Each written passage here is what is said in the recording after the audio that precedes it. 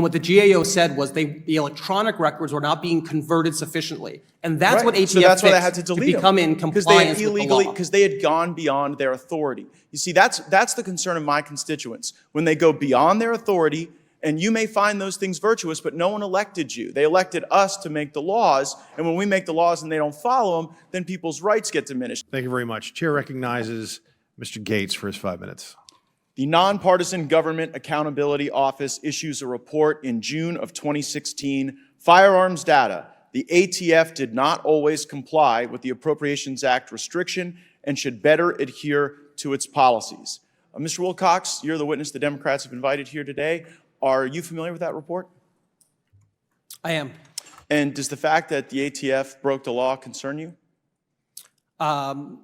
The report, I believe, supported ATF's action in cataloging records to stop crime. I'll read from it. It says, a technical defect allows ATF agents to access data, including purchaser data, beyond what ATF policy permits. Do you take any umbrage with that conclusion?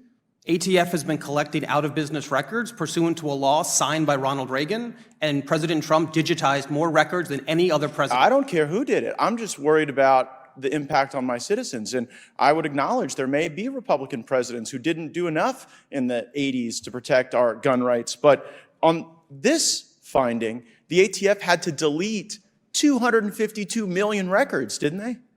So this is a tool that's helped solve 50% of crime. Wait. Did they have to delete 252 million records? What I know about this tool is that it's a That's not what I'm crime-fighting asking tool. you. Did they have to delete? You said you're aware of the report. Is that conclusion correct? They had to delete 252 million records. I'm not aware of that line, but what I'm aware of is the Well, tool, crime-fighting tool. I'll represent to you that that's what had to happen. The fact that the government collected 252 million records that was beyond the law, beyond policy, never approved according not to me, not to my fellow Republicans, but to the GAO.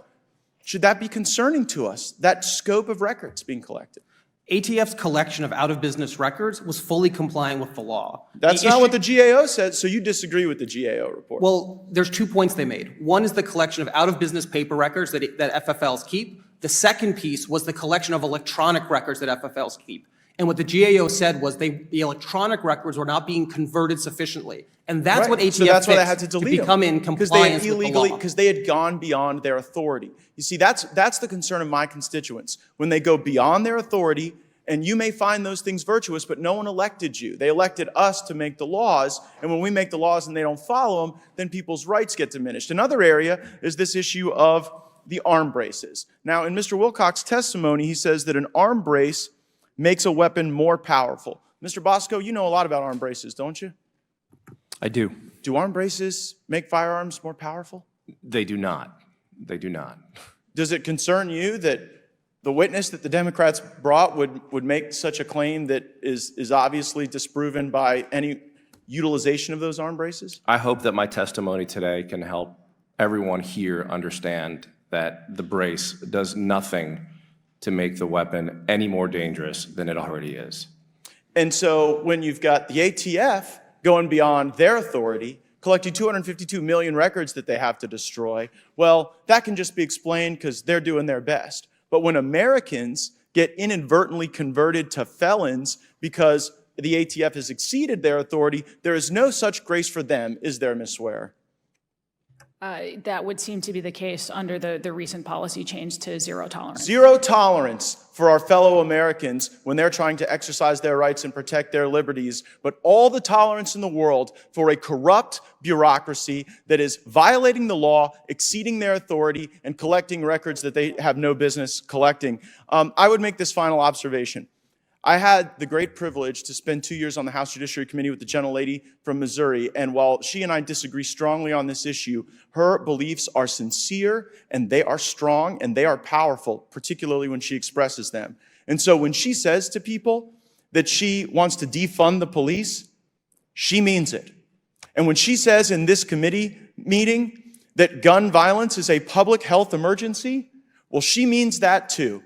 And our fellow Americans know the impact of folks up here in Washington declaring everything and anything a public health emergency. It means you're more likely to be locked in your homes, deprived of your freedoms, less healthy, less safe, less secure, and less able to live a truly American life. So know this, when the left talks about this as a public health emergency, get ready to see those enhanced authorities abused by the ATF. And Mr. Chairman, it is my sincere hope that in the very near future, we will have those very folks from the ATF here. And I intend to be utilizing the new rules that we have in the House of Representatives to offer amendments to the Appropriations Act to zero out their salaries for breaking the law and abusing the liberties of our fellow Americans.